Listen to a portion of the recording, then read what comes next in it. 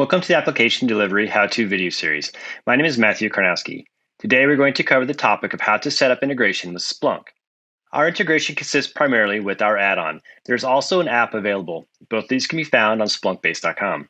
The add-on is used to dynamically assign source types, field extractions to syslog events, and virtual service logs being sent from the Avi controller into Splunk, as well as including a scripted input for retrieving performance metrics from the Avi controller's API.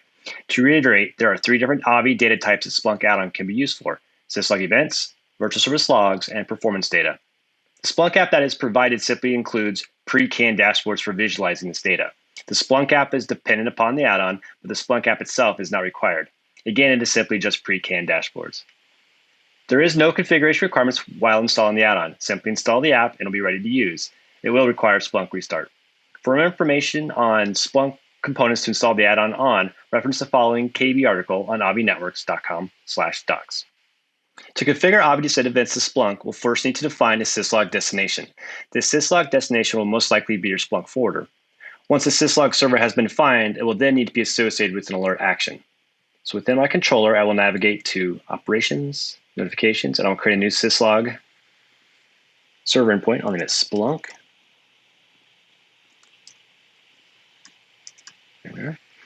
And then I will associate this with an alert action. I will name it on syslog system. I'll associate this action. And next we'll be assigning the alert action to an alert config.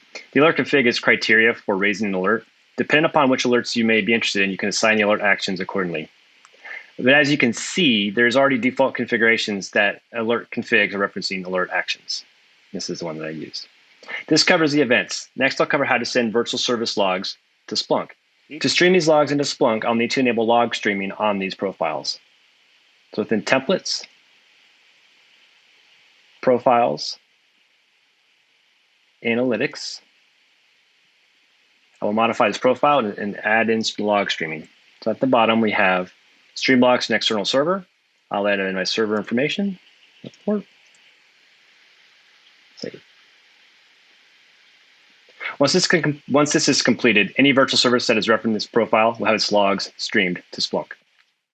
The third piece of data that we haven't covered yet is performance metrics. Getting the performance data into Splunk is a bit different. Instead of Avi pushing the data into Splunk, like the logs and events, Splunk will actually pull the data using the Avi controller API. To set this up, we'll need to define the scripted input. Included with the add-on is a scripted input titled Avi metrics. We will just need to add an entry for our controller. As you see, I already have three controller entries here. If I wanted to add another controller to pull metrics, I would just create a new entry and providing just a name, which is locally significant, the Avi controller, username and password, and then next, in which we'll add the entry into Splunk. So now let's take a look at what this data looks like within Splunk itself. So we see that we have multiple data types, or source types, excuse me, within Splunk. We have Avi events, which are those syslogs, Avi logs, which is streaming virtual service logs, and the metrics, which we just set up through the data input. Looking at the Avi events, you can take a look at each individual event, and we can see there's actually field extraction happening, pulling these fields from within the event data. And all of this is searchable. So let's go ahead and just run another search.